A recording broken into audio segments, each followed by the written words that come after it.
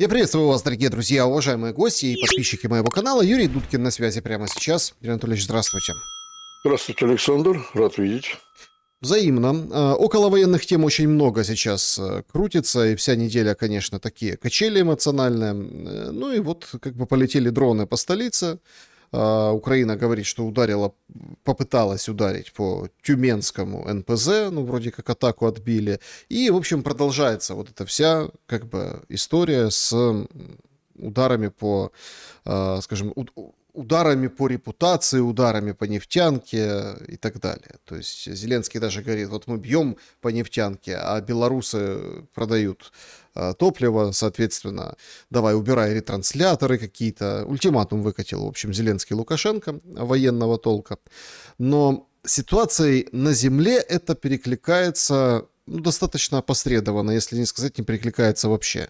Потому что продвижение российских войск, его можно, конечно, не замечать, да, или там, но оно существует непосредственно на Донбассе, Днепропетровской области. Я бы хотел с военной точки зрения начать, потому что кажется, что все в этих всех, скажем, мансах и танцах вокруг Трампа, вокруг его Ирана, вокруг, собственно, отношений с Нетаньяху, вроде как победой, приехал на Г7 победителем, что все хорошо у него, и все так радовались, Трамп какой-то великий, а сейчас вот новая волна, скажем так. Вокруг этого всего, этой всей шумихи, кажется, теряется смысл происходящего на поле боя сейчас.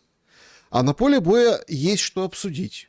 Как вы видите, фронт поменялся в этой мишуре разнообразного политического винегрета, да, из заявлений или каких-то, ну, вот этих вот откровенных выпадов информационно-психологического характера.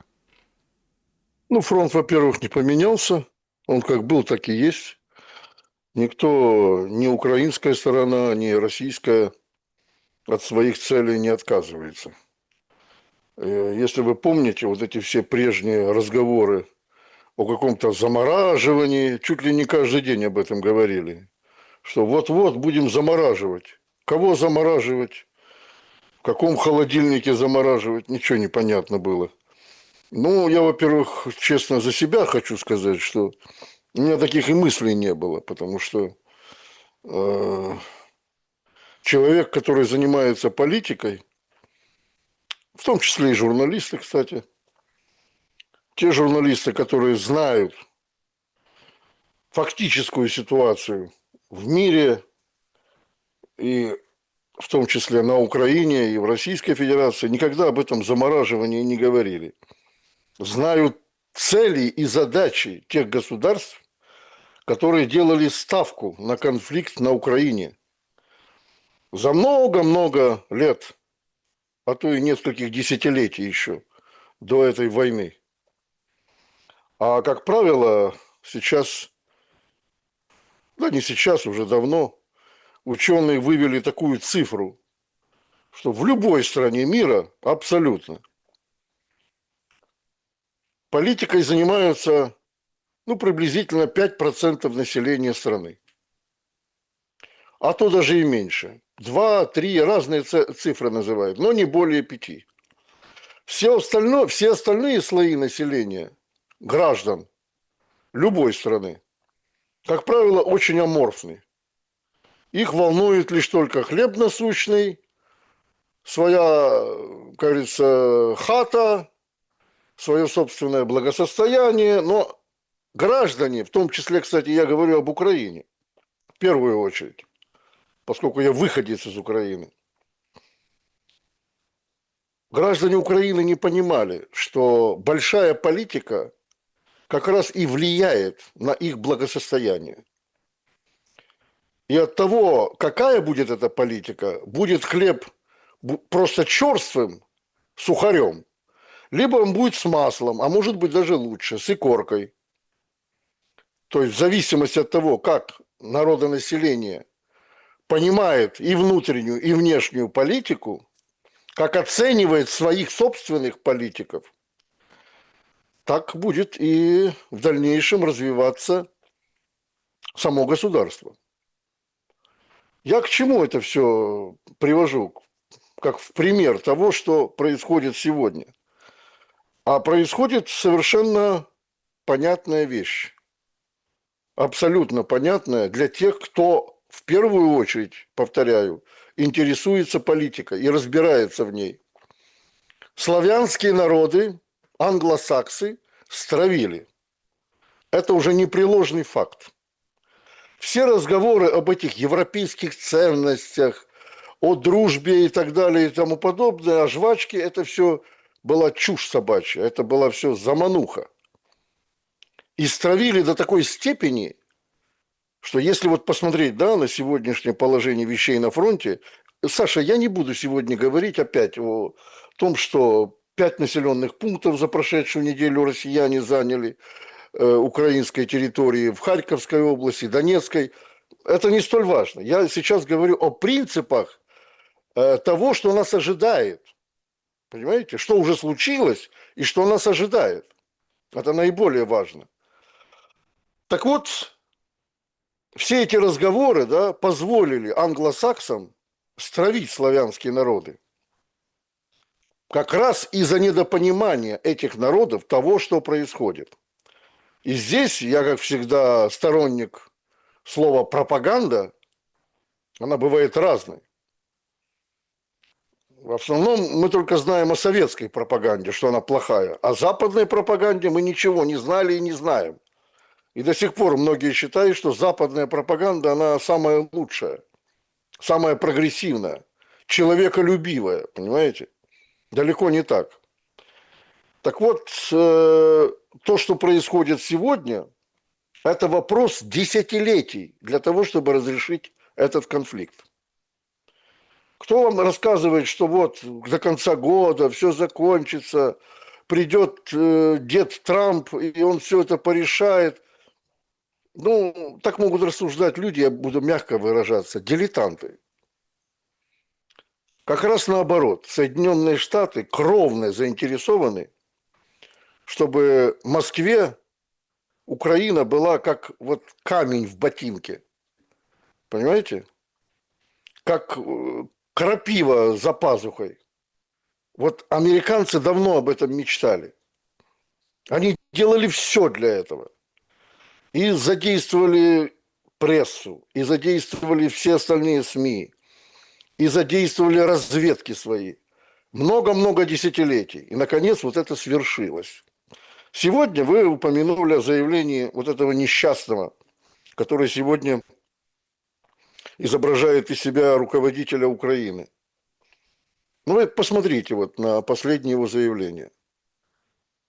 Он эскалирует по-прежнему.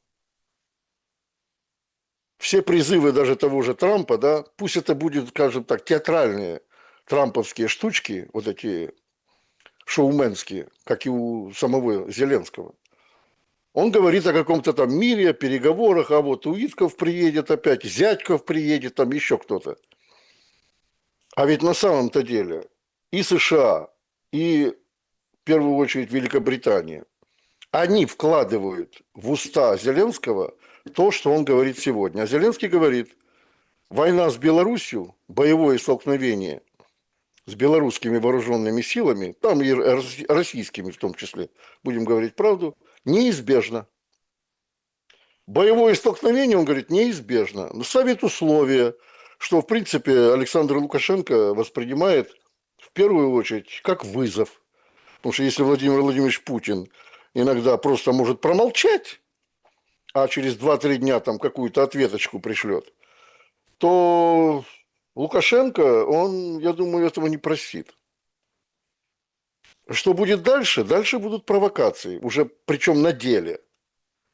Ну, он же скажет, Зеленский, я ж предупреждал, мол, типа, да? Я не исключаю также расширение войны, театра военных действий и открытие второго, а то и третьего фронтов на Украине. А еще, Третьего? может быть, простите, Третьего? третьего с юга. Да-да-да. Вы Мгм. что, не знаете об атаках на Крым в эти дни? Да-да. Может быть, и с севера, и с юга. Я вас удивил? Нет, просто сейчас ходят такие, даже версия есть такая о том, что с Крыма готовится бросок россиян туда, на Ну, Херсон и правильно. Николаев. Вы об Как этом? ответная мера, опять же.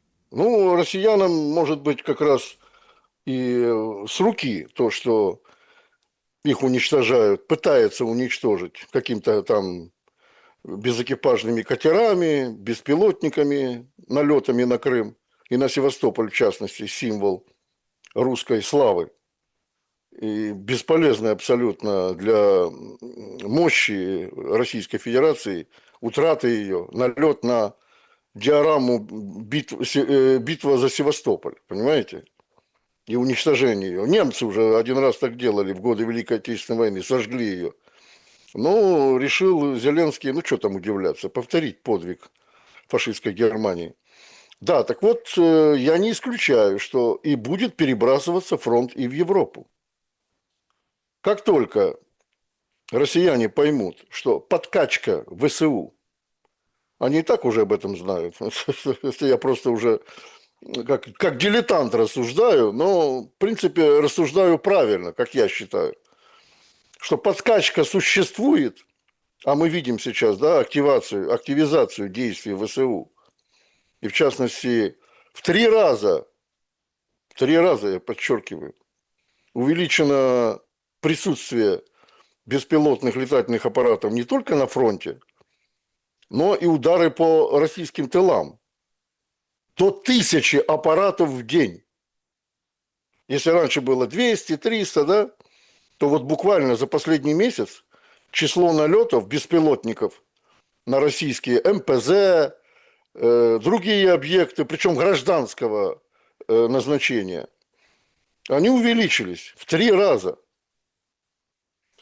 Так вот, расширение театра военных действий в Европу вполне вероятно. И таким стимулом может быть и провокация в отношении Калининградской области. Причем, если там болтают это, скажем, какие-то литовские, латышские политики, то сегодня, простите, генералы НАТО об этом говорят. Генералы, действующие НАТО, об этом говорят, что надо стереть с лица земли Калининград. Там очень мощная группировка тактических ракет и присутствие ядерных даже зарядов к этим ракетам. Имеется в виду Искандер и Искандер-М. Вот о чем идет речь. То, что фронт живет, он как живой организм. Живой организм, он дышит. Фронт тоже дышит. Но это дыхание больше распространяется, увеличивается на запад Украины. Я не верю, опять же повторяю, в то, что на Западе, если Россия будет действовать таким способом, тактикой выбивания сил у Украины, я не думаю, что на Западе успокоятся. Наоборот, я считаю, что сегодня и в Евросоюзе, и в НАТО говорят о будущей войне с Россией как данности. То есть они убеждены в том, что очередной поход на Россию принесет им успех. Так было уже неоднократно. 2 мировые войны были из Европы, Ну, а ваши не из слова России. поддерживает Шпигель, сегодня вышел материал, они вспоминают, как там их война была, ну, там немцы, да, вот шли на Россию, то есть это как бы незримо витает.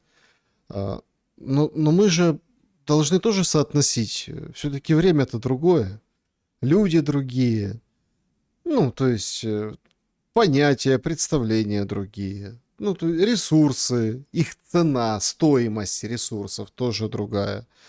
А, Просто логика в ваших словах присутствует, безусловно. То есть я не могу сказать, что там отмести ее или нет, или там полностью там разбить. Нет, это Ну, логично. спасибо. Потому что вот мы же видим какой-то, ну, в общем, куда идет война. Вот сейчас в военном смысле этого слова. Ну, там, бьет Россия по новым почтам, да, складам, грузовикам и т.д. и т.п. Бьет Украина по этим Wildberries, тоже маркетплейсам, То есть все как бы синхронно. Заправки.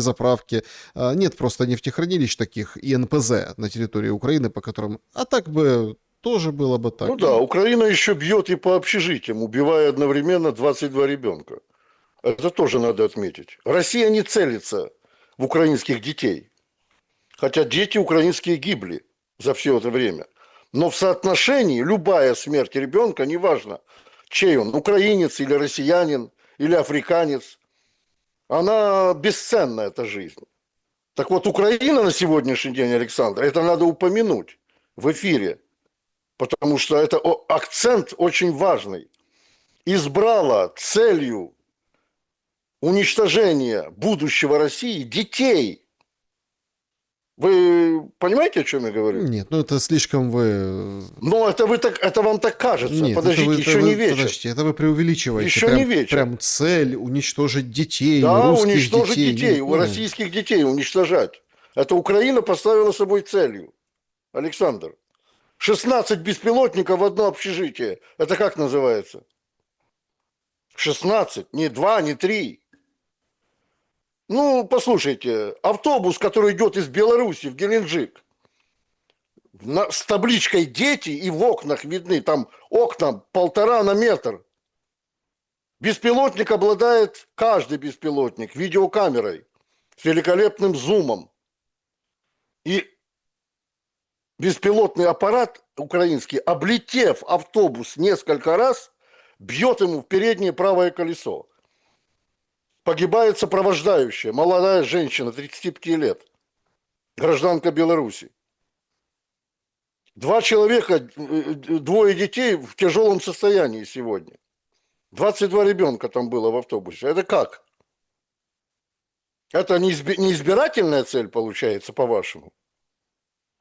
Именно, избирательно. Будут и дальше бить по... Сейчас я не хочу, как сказать, накаркать, но было неоднократно еще на Донбассе, еще во время гражданской войны на востоке Украины, когда тогда еще беспилотников не было, а били украинские ВСУ по пляжам, где находились дети. Мы этого что, не помним? Помним. Ну и куча других, масса других фактов, причем преступного характера. Эти вещи вообще-то не имеют срока давности. И я вообще-то тоже удивляюсь, опять же, россиянам. Глава Следственного комитета Александр Бастрыкин называет фамилии командиров подразделений, которые отдают приказы на уничтожение этих детских учреждений, детских объектов. Но почему-то эти люди до сих пор живы. Как это вообще? Компенсируют убийство детей разрушенными зданиями на Украине. Ну пусть даже они военного назначения, неважно. А как же око за око, кровь за кровь? Для меня, как для военного, это непонятно. Я потому что знаю хорошо историю Великой Отечественной войны. Когда советские солдаты, партизаны, подпольщики мстили немецко-фашистским захватчикам за каждого убитого, а тем более ребенка, за каждого повешенного подпольщика, в том числе, например, Зою Космодемьянскую или Молодую гвардию.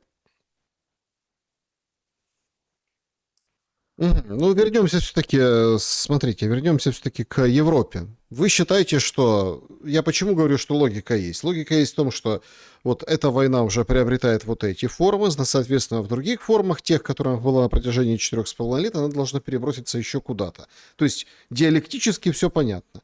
Но вопрос-то в другом. А кто хочет воевать? Европа не хочет воевать. Ну, то есть... Что он сказал? Люди не хотят воевать. А, люди, да. Ну, то есть... А войны развязывают не люди, а политики, Александр. Разве Ну вам хорошо, это не известно? давайте посмотрим на политиков. Давайте. Потрясающий же материал Политико. Из Европы, Европейского Союза, потому Британии там Да. нет. Германия, Франция, Эстония, Дания, Нидерланды. Вот локомотив, так сказать, продолжения войны и никаких переговоров с Россией. Они даже там пересобачились друг с другом. Они хотят с Россией говорить, потому что видят, что все идет как-то очень и очень неправильно и не туда, в сторону задницы. И поэтому давайте, вот Кошта как бы подрулил. Его, правда, тоже из Москвы осекли, сказали, там, а что, послов нет, что-то Кошту тут справляете. В общем, пытается кто-то и говорить с Россией. Ну, как делают вид, что не-не-не, давайте как-то по-другому. Плюс на саму Украину нападки. Представляете, какие? Вдруг прозрели поляки, увидели нацизм. Ну, элементы, символы, прозрели прям. Причем не кости мельника их, а название. Тут, правда, надо отдать должное полякам. То есть это все на протяжении там недели-полторы, да, вот это вот активно. И были инсайды, что Киев просили, ну, переименуй по-тихому ты эту всю ерунду, и так оно все осядет, сляжет, и ничего не будет. Ну, то есть не будет. Ну, по-тихому, не надо объявлять, что там героев УПА переименовано, хотя в Польше уже как бы это все разогрето до такой степени, что навряд ли по-тихому бы получилось, поэтому Зеленский не переименовал. Ну и все, лишился Белого Орла. Так что делает Украина? Вместо того, чтобы там, ну лишился и лишился, заработаю еще одного, условно. Они, наоборот, все начали сбрасывать польские медали с себя, вот эти все товарищи. Ну, то есть мы понимаем, что здесь ходит шутка такая, не знаю, встречалась вам или нет. Так Лемберг оставят в Украине или нет? Ну, Львов. Потому что тоже как-то странно. Лемберг тоже снимут и отдадут полякам назад из-за того, что у Зеленского Белого Орла забрали. Да. Саша, я могу сказать одно. Опять же, я ничуть в этом деле никакой не оптимист. Я фаталист на сегодняшний день. Причем отпетый. Запад, в том числе этот ваш Кошту, делают вот эти все заявления о каких-то мнимых переговорах вторых, там, третьих лиц, младших помощников старшего дворника, лишь только для того, чтобы казаться такими миротворцами. Вы поймите правильно, европейские бандиты, а это бандиты. Вот они когда-то, Старый Свет, это я все говорю к тому, что скоро великая дата, 4 июля, 250 лет Америки, понимаете? Одногодка Большому театру Российской Федерации.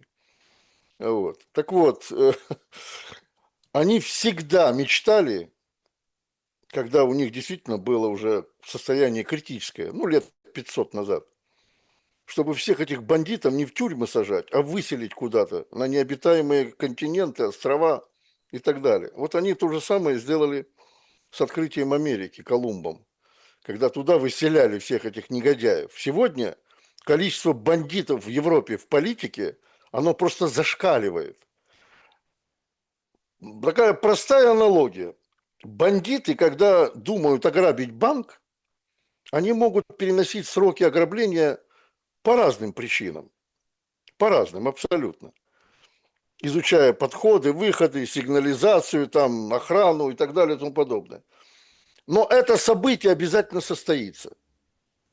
Вот то же самое в Европе. Если они сегодня намечают очередной поход на Россию, они сделают все, чтобы это состоялось. Разговоры о переговорах каких-то, тайных посланниках там, еще чего-то. Это все только для ширмы. Ширма такая, знаете, красивая, бархатная, расшитая голубями белыми там и так далее, лавровыми ветвями. На самом деле за этим занавесом самые настоящие ястребы, шакалы, которые всю жизнь, все существование планеты и цивилизации, западной особенно, стремились на восток. На восток с мечом причем. Не с мячом, а с мечом, с оружием. И сегодня ничего не изменилось. Если кто-то считает, там, кто-то сказал ква-ква в Европе, и его уже мнят миротворцем, да, да, в Европе есть здравые умы, я об этом вообще даже не хочу опровергать ничего. Есть здравые умы, но они настолько ничтожны, они настолько малочисленны, что те, кто сегодня при власти, они вообще щелочки даже не оставят проникнуть этим здравым умам снова во власть. Такое было, кстати, в истории Европы, ну, где-то в конце 60-х, начале 70-х годов. Там были очень известные политики. И тогда не было, как говорится, отдельно России, был Советский Союз, куда входила, кстати, и Украина, и Беларусь, и Прибалтика, и Закавказье, и страны Средней Азии. Вот. 22 миллиона квадратных километров была территория Советского Союза. И все как-то хотели, особенно после окончания Второй мировой войны, ну, наоборот, реваншистских сил было очень мало, а прогрессивных было много в Европе. Все хотели торговать с Россией. Они называли тогда Советский Союз больше Россией. Никто не называл Союз, как и в годы, кстати, войны, в Германии тоже не называли Советский Союз, а называли Россия, несмотря на то, что она была очень многонациональна. И сегодня то же самое. Эти прогрессивные силы, которые хотят торговать с Россией, а не воевать, говорят о том, что политики Европы зашли слишком далеко в своем стремлении нанести поражение России. Вы себе просто не представляете. Я вот, находясь здесь, это очень остро ощущаю. Особенно, когда смотрю средства массовой информации. Читаю газеты их. Они сейчас применяют вот точно, как было ранее, да, где-то в 80-е годы, когда вот был у власти в США Рейган и объявил Советский Союз империей зла. Они начали в прессе, особенно в газетах, журналах, вот такими аршинными буквами писать заглавия, всевозможные, похабные. Они вернулись сегодня к этим приемам. Возьмите ту же «Таймс» британскую, или «Каррера де ла Сера», или, скажем, тот же «Шпигель», да? Вот они, эти приемы, это один из приемов воздействия на человеческие умы, чтобы доходчивее было. Поэтому все разговоры о том, что великие управленцы европейские желают мира, это досужий вымысел. Не верьте этому. М, Многие говорят, что у Зеленского времени до ноября. А что потом? Ну а потом катастрофа. Тыла катастрофа. Зима, там конь не валялся. Они там выделяют какие-то Вот зима, деньги. да, да. И зимой это будет, ну, поэтому нужно хоть тушкой, хоть чучелом как-то протянуть какие-то остановки или, знаете, вот это вот было аэродромное перемирие, перемирие там ударов по объектам или просто перемирие, или просто давайте уже остановимся, а потом, ну, Экономист написал вчера, да, что план якобы убедили Трампа, чтобы остановиться по линии фронта, а потом включить, ну, в общем, договариваться о большей всеобъемлющей сделке. Ну, вот как-то так планируют. И это абсолютно не вяжется с перспективами большой войны с Европой. Абсолютно не вяжется. Потому что, ну, Украина не выгребет ни в ресурсном отношении, ни в человеческом, ни в любом другом. Все? Ну, что вы об Я вам этом скажу думаете? так. Саша, прислушивайтесь, еще раз говорю, не к тому, что говорит Кошта, а что говорит Сергей Викторович Лавров. Опытнейший политик, возглавляющий МИД 20 лет Российской Федерации. Я даже никогда не слушаю того же Дмитрия Пескова. Человек, который дружит с Венедиктовым и Собчак, для меня не является рупором президента Российской Федерации. Путина я слушаю. И слушаю Лаврова. Так вот, Лавров сегодня говорит, Европа использует все методы идеологические, политические, оказывает давление на любую страну, не только на Россию, с тем, чтобы прежде всего добиться превосходства. Вот добиться любой ценой его. Я не буду сегодня цитировать, потому что я могу и процитировать эти высказывания Сергея Викторовича, но для меня он действительно, как в свое время был авторитетом Андрея Андреевича Громыка, министр иностранных дел Советского Союза. Американцы его называли «Мистер Нет». Вот. Потому что он, прежде чем сказать «да», очень долго совещался, думал и так далее. А Лавров сегодня для Путина является своего рода ориентиром во внешней политике, потому что президент России, и не только России, любой президент, как раз определяет внешнюю политику государства. И прежде чем ответить или, скажем, сделать какое-то заявление, Владимир Путин советуется с этим человеком. Причем советуется очень серьезно. Кстати, недавно на очередном совещании Совета национальной безопасности Лавров делал очень большой доклад по этому поводу, по поводу европейских всех этих дел и всех этих устремлений европейцев. Вы что думаете, если европейцы, как и США в том числе, и британцы, тратят деньги на Украину, они что, тратят эти деньги ради мира? Ну, это нонсенс. Вбухивают уже просто не там единицы миллиардов, десятки миллиардов в Украину. Байден, как говорит Трамп, 350 миллиардов подарил. Правда, львиная доля этих денег, как многие полагают, и я в том числе, ушла на взятки еврочиновникам, сенаторам, конгрессменам. Вот. Ну, время покажет, как говорится. Может, кто-то, как Тулси Габбард, расскажет когда-то, сколько и кто получал от Украины, в частности, от Зеленского в Соединенных Штатах. Это мы раньше думали, что здесь всего лишь на Украине 15 биолабораторий в 2016 году. Впервые об этом заявил Виктор Медведчук. То сегодня Тулси Габбард говорит, что их 40. И чем они здесь занимались, никто не знает. Исследовали чуму, оспу и так далее и тому подобное. На своей территории им запрещено по Конституции заниматься подобными экспериментами и разработками. Это черным по белому написано в Конституции США.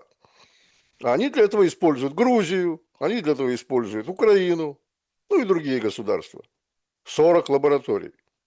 Это что? Это для мира, для благоденствия всеобщего?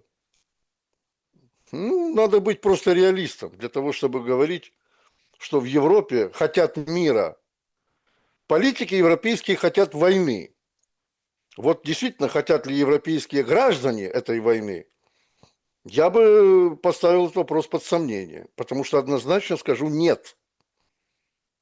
Но граждане могут единственно только заявить свой голос в период выборов. Пока что еще в кое-каких европейских государствах демократия существует. И, скажем, фальсификация маловероятна. Я не говорю о Молдове и Румынии. Я говорю о высокоразвитых европейских государствах. Италия, Испания, Германия. Вот. Здесь избирательный процесс очень жестко контролируется. Юрий Анатольевич, ну смотрите, ну а как вы видите вообще эту войну Европы и России?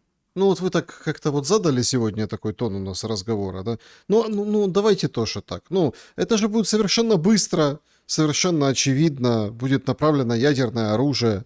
Ну, как бы и все, и вся война. Ну, то есть, понимаете, в чем дело? То, что с Украиной вот эта вот возня 4,5 года, кровавая, между прочим, месиво, славян стравили, вы правы, это до десятилетия расхлебывать последствия. Но это же не означает, что будет какая-то там, не знаю, фронтальные прорывы, какие-то там движения, вот это вот. Нет, ну нет. Ну, то есть, это обмен ударами, обменяются ударами. Ну, вот постреляли, как мы с Ираном видим. Постреляли, ну и хорошо. Просто там как бы соотношение сил, возможно, применит ядерное оружие. Вот будет применение ядерного оружия, это будет новый этап в истории. То есть, ну не будет же такой войны, как с Украиной и в Украине. Это если и будет какое-то обострение, ну, ровно как вот обмен ударами, да и все. Я понял ваш вопрос. Отвечаю. Ваша подруга взяла недавно интервью у Сергея Александровича Караганова. Вот. Та, которая любит говорить вот этот анахронизм в Украине.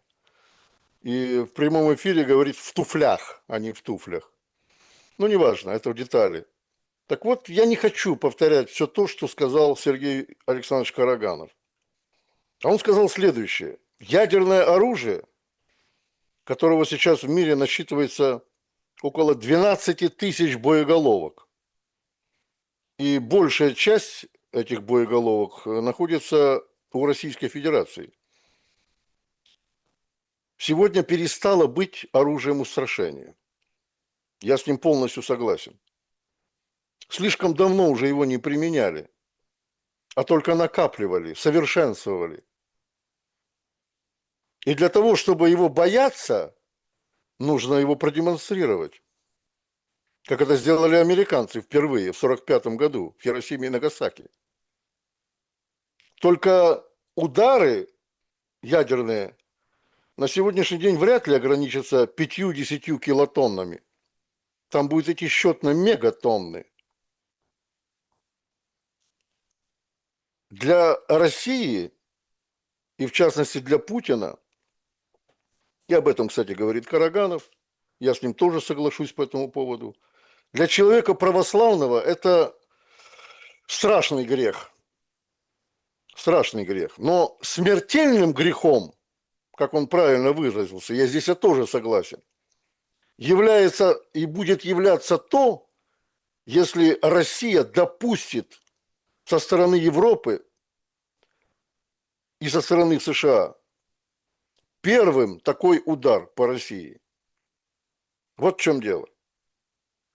Поэтому, да, вы правы, что сегодня никто не будет, скажем, колоннами, как это раньше брала русская армия Париж, а затем Берлин, никто не будет входить в эти города таким образом, а будет идти тотальное разрушение.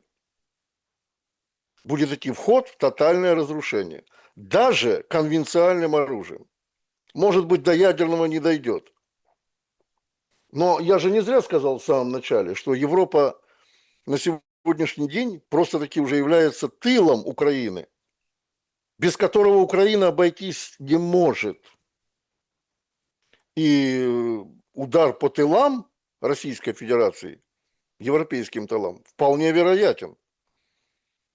И такое оружие, страшнейшее оружие, которое сегодня придумала Россия, как орешник, даже в обычном вооружении, без ядерной начинки, оно способно уничтожить очень большие площади. Да вы не читайте европейских и американских журналов. Я Вообще, цитирую Караганова, я не читаю эти журналы, а тем более не руководствуюсь ими. там один орешник остался, и то он как-то так один не... всего? И то он не стреляет, и то это все как бы такая история, в общем. Ну, ядерное оружие никто его применять не будет и так далее. Смотрите, Да, ну Караганов Карагановым. Ну, по да. большому-то счету, ну, ведь всегда же лучше договориться, чем воевать. И фактически... мы Кому, же... с кем? С нацистами? Нет, С смотрите, в чём- Зеленским договориться? С Ну, кем хотите вы смотрите как. договориться? Ну, а вы, получается, ни с кем не хотите договариваться? Сейчас нет. Так, а что изменится потом? А сейчас уже слишком все далеко зашло, Александр. Ну, мы же договаривались 8 лет с Западом. Вас пример ничему не учит истории. Ну, абсолютно ничему. Мы договаривались 8 лет с Западом, подписывали бумажки, совещались, ездили до Парижу, понимаете, и сюда приезжали, и туда приезжали. К чему это привело? К обману, большому такому, сочному, плодовитому обману. Вот как и привыкла Европа всегда это делать, начиная еще с времен Петра Первого. Вспомните Полтаву, шведов. Ну, я просто не хочу в эти детали удаляться. Я могу говорить об этом 2 часа без перерыва. Европа зиждется своей политикой только на обмане. Поэтому говорить сегодня, когда уже этот обман достиг не просто своего пика, крышку кастрюли уже сорвало, там все уже, как этот самый, горшочек не вари называется, выливается на плиту и смердит этот обман, явный причем. О чем договариваться? И договор хотят один европейцы. Россия должна капитулировать. Россия должна что-то отдать. Почему у России такие богатые природные богатства? Она должна поделиться с этим, как это было в 91 году. Американцы просто в Россию эшелонами заезжали. И все им бесплатно Ельцин отдавал. Тогда он был хороший, Россия была хороша. А сегодня Россия плохая. Она заявила о себе. Она супердержава. То же самое, как и Китай. О чем договариваться? Я не вижу предмета договора. Вот в чем предмет договора, как вы считаете? Нет, ну Ну, смотрите, так, давайте, скажут европейцы, отмотаем все назад к 91 году, да? И что? Отдайте нам все, что у вас есть, бесплатно, и вы будете нашими друзьями. Вот так хотят европейцы. Россия этого не хочет. нет, надо договариваться, учитывая существующие реалии на Земле. Да. Это И безусловно. каковы они, эти Ну, реалии? реалии на Земле, да, идет продвижение российских войск, но вы же видите, европейцам, если мы берем, и так много сегодня внимания уделили европейцам, да им все равно, им плевать, даже если Харьков займут, и отойдет он, например, да, российской стороне, все равно будет Украина, которая будет лететь дронами все дальше и дальше, до Москвы, до Тюмени, куда угодно, и наносить ущерб, понимаете? Это вот такой бесконечный ущерб. С позиции европейца, да, все нормально. Идет, наносится ущерб. Как бы реализуются те страшные планы, о которых вы говорите. С позиции россиян, российской стороны. Ну вот, пожалуйста, воевали, малую такмачку так и не заняли, понимаете. Еще и начало прилетать по городам дронами. То есть вы же видите эти видео, как бы бабы орут, мужики матерятся, как в мирные города с НПЗ прилетает смертоносное оружие. То есть, вот, пожалуйста, вот итог определенный. Это тоже реалия на земле, эмоциональная для народа. По Крыму тоже лупят, как не в себя, но Крым — это специфическая история. Крым блокировали с 2014 года, и мы помним как, поэтому тут не такой пример будет явственный. Ну, то есть, победили Украину? Нет. Зеленский вообще, как бы он выходит и правильно говорит. Украину все оккупировали, не оккупировали, значит, будем продолжать сражаться. Угу. То есть вас устраивает то, что говорит Нет, Зеленский? меня не устраивает то, что говорит Зеленский. Вот судя по вашим словам, вы же меня, сказали, он правильно говорит. ну, правильно говорит. То есть останется, например, Ровенская область одна. А Зеленский вообще кто, если он правильно говорит? Он такой же гражданин, как мы с вами. Останется какая-нибудь там Ровенская область и будет запускать дроны. И в большом Куда? количестве. По России. Куда? Может, Да. даже уже и по Беларуси. Ну, если еще останется. Никто же не знает, что будет в будущем. Абсолютно. Потом я вам скажу, опять же, это мое личное мнение. У России нет на сегодняшний день, ну, откуда я это знаю, я не буду говорить. Знаю или догадываюсь, неважно. У России нет такой цели оставить клочок какого-то нацистского отребья, как вы правильно говорите, вот вы правильно говорите, что потом будет в очередной раз, скажем, устраивать локальные войнушки, а Европа будет подкачивать их. Да, так У и России будет. нет такой цели, повторяю вам. Если даже Ровенская область оставится со Львовской вместе, вот, то Россия бы согласилась отдать их под протекторат Польши. Вот пусть как сегодня они с поляками пообщаются, вспомнят историю, как их поляки называли в свое время, ну и так далее. Вот это цель России. Ну, я так, опять же, фантазирую, философствую. А то, что о чем-то договариваться сегодня с Европой, хочет Россия или не хочет, Россия одно хочет, чтобы европейцы поняли, что российское государство на сегодняшний день самодостаточное, суверенное государство, которое в любом случае за своих граждан своих соплеменников будет отличным заступником. То, что происходит на Украине. Вот должна понять эта Европа. То же самое, если бы, например, что-то случилось где-то с китайскими гражданами. Вы думаете, что, Китай не ударил бы? А если бы, не дай бог, в России, ну там, правда, уже говорят, нет евреев в Биробиджане, но тем не менее, считается еврейская автономная область. Если бы в Биробиджане в свое время советские власти или российские учинили то, что учинила украинская власть в отношении Донбасса, своих же граждан, то я вас уверяю, Израиль не молчал бы.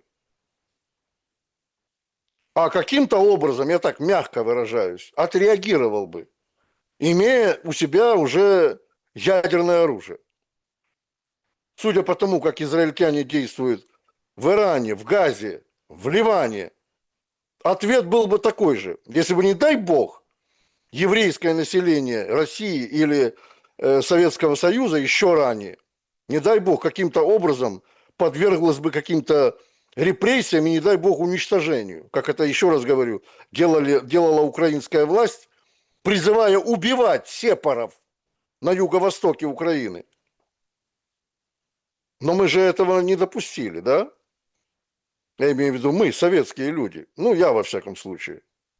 Потому что я в то время был советским человеком. И принцип интернационализма, что это значит? То, что все нации равны. Нет превосходства в нации. Это антинацистский лозунг был. И совершенно он не просто был на словах, он был на деле. Никто в Советском Союзе не подвергался унижениям и, не дай бог, репрессиям на расовой или национальной основе. Не было этого. А вот что касается Украины, она зашла так далеко, что я не знаю, там, я сейчас не верю во все эти международные суды, я верю в будущий суд славянских народов. Очень Это мое интересно. собственное. Как Это вы мое себе это, собственное, да, как вы себе придуманное. это представляете? Я представляю это то, что когда сломят шею и хребет этому нацистскому режиму, все, кто виновен в этой бойне, всех достанут и привезут куда-нибудь в Донецк для суда. Вот как я себе это представляю. Я не говорю там, что с ними будет, это как решит суд. Может быть и смертную казнь, мораторий на смертную казнь придется отменить. Все возможно. А Россия, матушка, с ее Воркутой, Якутском и так далее, такая огромная, что там можно место найти любому преступнику пожизненно. Ну, было же это все, когда советская власть устанавливалась. Да, было. И правильно было. Многие считают, что неправильно.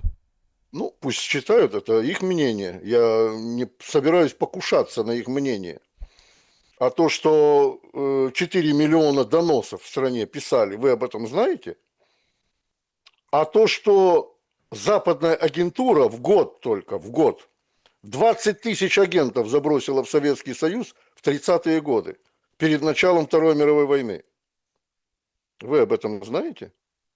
Как с ним нужно было бороться? А то, что эта агентура не просто самостоятельно действовала, да, там, готовила террористические акты, взрывы тех же железнодорожных путей, а она вербовала советских граждан. Это самое страшное. За деньги. И многие покупались. Чиновники покупались, советские. Как, простите, должен был действовать Сталин и сталинское руководство в этой связи? Это, Саша, вопрос истории. Историю нельзя, как вам сказать, анализировать. Она есть такой, какой она есть.